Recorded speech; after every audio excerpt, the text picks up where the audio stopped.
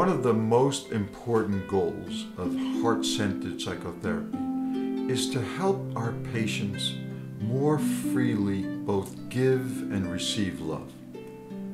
My particular focus is in helping people with their receptivity to more easily take love in. And my experience over these many years is that when people are able to take in love, they become more loving. We have these patterns of not being able to receive easily love. And there are very common everyday examples of this. How often that we are unable easily just to receive a compliment or some kind of praise. How people have trouble accepting help or asking for help. We struggle in being able to easily receive affection. So these are just a few of what I refer to as love blocks. Unconscious patterns that block us from being able to simply receive the love that's available to us in our lives. And of course, it doesn't make any rational sense whatsoever that why should we block something that we need? It doesn't make sense that we would be struggling to take love in. Yet at some level of consciousness, it makes emotional sense. And the job of the therapy is then to find out why this pattern exists and to help people to work it through. So a key way to begin to think about this is to look at little children. If you look at little ones, how easily most of them just receive the love you offer and give it back and forth, an easy kind of exchange. So what's happened to us as adults that at this stage of our lives that we have difficulty in receptivity? Something has happened to our receptive self. The task then is to look at what has happened in the life of our client that has gotten them to the point where they have difficulty taking the love in.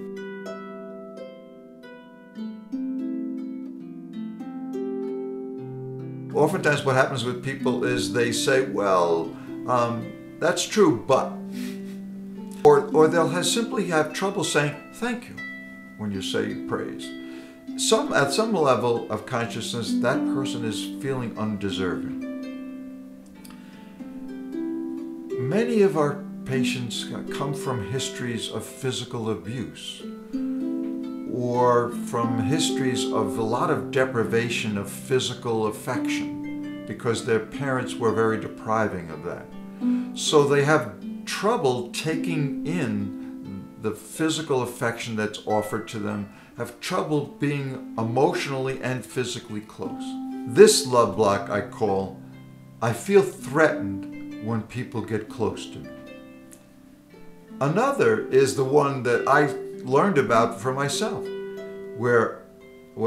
I call it, I want love, but only if it's a certain way. That I wasn't really taking in love unless I was special to the person that was offering it to me. That was an unconscious childhood wish to feel special to my parents.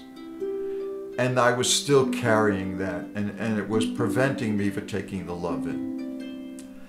Another is a love block that I refer to as love is not in the cards for me.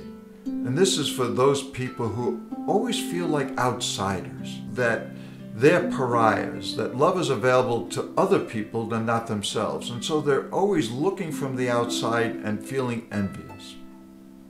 And the journey of the therapy is to understand why that pattern is there. And then the one that I'll talk a bit more at length about is what I call, I don't need anyone, I'm strong. And this is the struggle that people have about being able to accept help, either when it's offered or even to ask people for it. Why is that the case? And certainly when people help us, that's a form of being loving to us. A patient who I'll call Sarah had this difficulty. And I said, it sounds like you have a wall around you that won't let other people in whatever they offer to you. And she said, "Now, Bill, it's not a wall. You know those old-fashioned bank vaults? That's the way I envision it for me." And I began to say, well, why is that the case? Why do you think that developed? So what has happened to you in your life that makes that so difficult, that you can let people just help you? And then she's told her story. So what happened with her is that she had a very oppressive father, would explode with anger in their home. And her mother was a very fearful, judgmental person who had difficulty being emotionally close, and besides that was a religious zealot. So what was missing for Sarah was the things that children need the most: warmth, affection, loving kindness, a sense of safety in their home. Sarah used to think, how can I get out of here? I don't feel safe. What can I do? I feel so alone. And so what she decided was that she had to figure out ways to survive. And what she did was put this wall up, this bank vault wall that's been around her entire life. What was most important is that I created a sense of sanctuary. When you have someone who is so warded off, what you need to do is create an atmosphere of invite that out. Invite it out.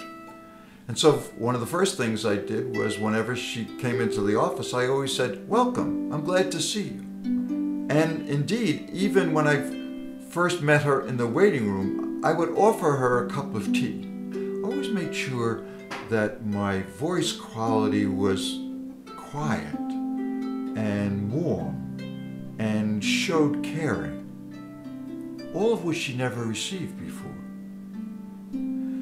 Whenever she would start to cry, which was often, I would reach down and pull out a tissue.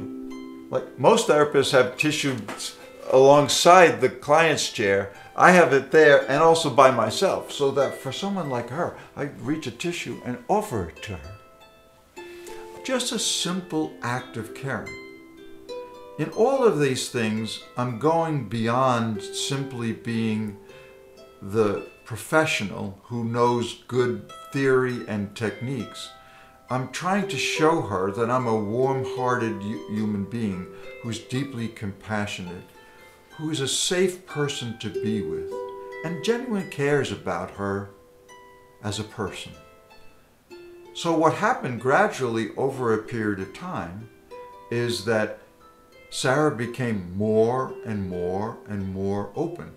She responded to my invitation to come out into the world more by telling more and more of her story, by being more open-hearted herself. And she was then able to accept the help that I was offering more a step at a time. And then gradually was allowing other people, including her husband and her children, to help her.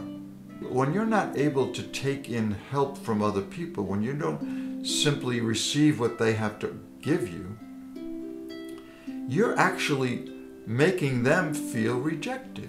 They're offering love to you in the form of help, and you're saying, "No, I don't need it. I don't need that."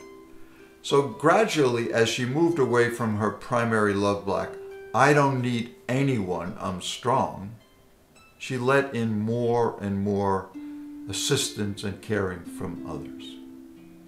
So with each of the love blocks, as I describe in the book in more detail, that is the process of helping people to let go of, a step at a time, these blocks. I don't deserve love, or I feel threatened when people come close, or I only want love in a certain way, or love is not in the cards for me, or I mentioned, the process is the same. The uncovering of how this got formed, and through our relationship with them and being loving, work through with them their struggles in being able to take in our love, and that then expands outward to the other people in their lives.